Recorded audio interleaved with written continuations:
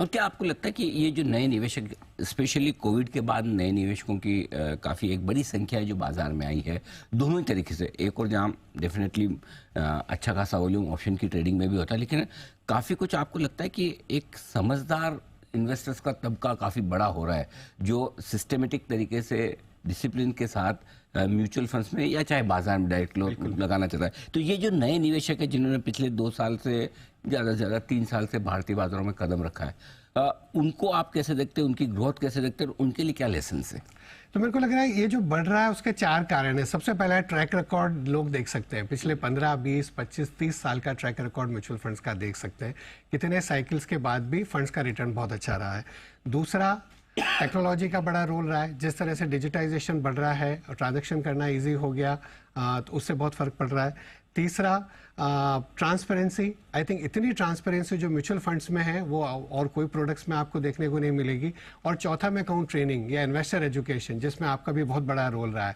I think ये awareness जगाना कि म्यूचुअल फंड में लंबे समय के लिए निवेश करना चाहिए, म्यूचुअल फंड्स में आपको वॉलेटिलिटी से घबराना नहीं चाहिए, लेकिन वॉलेटिलिटी का फ़ायदा उठाना चाहिए, क्योंकि जब हर महीने हम निवेश कर रहे हैं, अगर कभी बाजार नीचे तो आपको ज़्यादा यूनिट्स मिल रही है।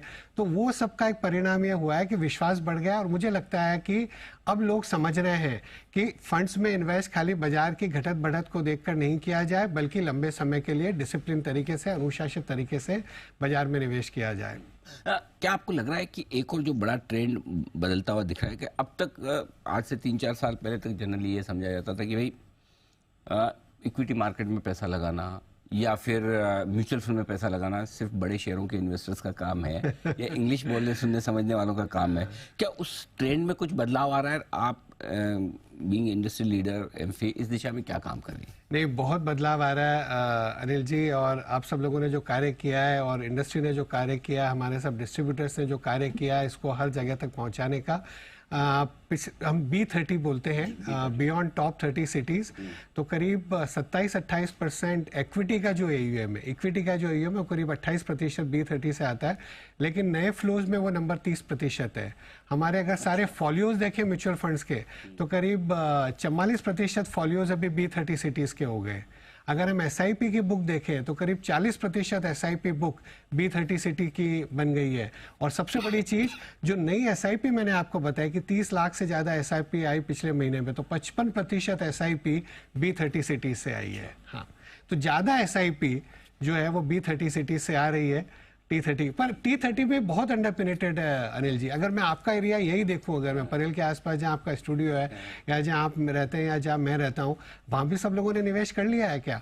और इस दिवाली अगर मैं सबको एक गुजारिश करूं आपकी तरफ से, आपके सभी दर्शकों को, कि आपकी SIP तो हो रही है क्योंकि आप अनिल जी से रोज सुन रहे हो, लेकिन आपके ड्राइवर की SIP हो गई, आपके जो घर पे काम कर रहे हैं उनकी SIP हो गई, जो आपकी दुकान पर काम कर रहे हैं उनकी SIP हो गई, आपके सब रिश्तेदारों की SIP हो गई, आपके सब मित्रों की SIP हो गई। तो इस दिवाली, खुशियों वाली दिवाली दूसरों के लिए भी बनाइए। जो खुशियां आपको मिली है, अगर आप एक नियमित रूप से निवेश कर पाए तो दूसरों के लिए हम वो खुशियां कैसे बांटे। मतलब इस दिवाली कम से कम 10 SIP हर आदमी नई शुरुआत करवाने की कोशिश करे, किसी की भी, आपके आसपास वाले लोगों की। अगर 10 SIP का टारगेट ज्यादा बड़ा नहीं है, मतलब हमारे लिए तो खैर बड़ा होगा, हमें तो बड़ा टारगेट लेना है, बनाए लेकिन खुशियां बांटे भी। बिल्कुल, ये बहुत अच्छी बात है। और क्यों नहीं इसकी शुरुआत अपने आसपास से ही की जाए। वो कहते हैं चैरिटी एट होम, तो चाहे अपने, इनफैक्ट मैं तो आपको बताना भी चाहता हूँ नवनीत जी, मेरे तो आसपास जितने हैं ऑफिस में आपके अंदर सबके करवाते हैं, लगभग सब लोगों ने शुरू करे।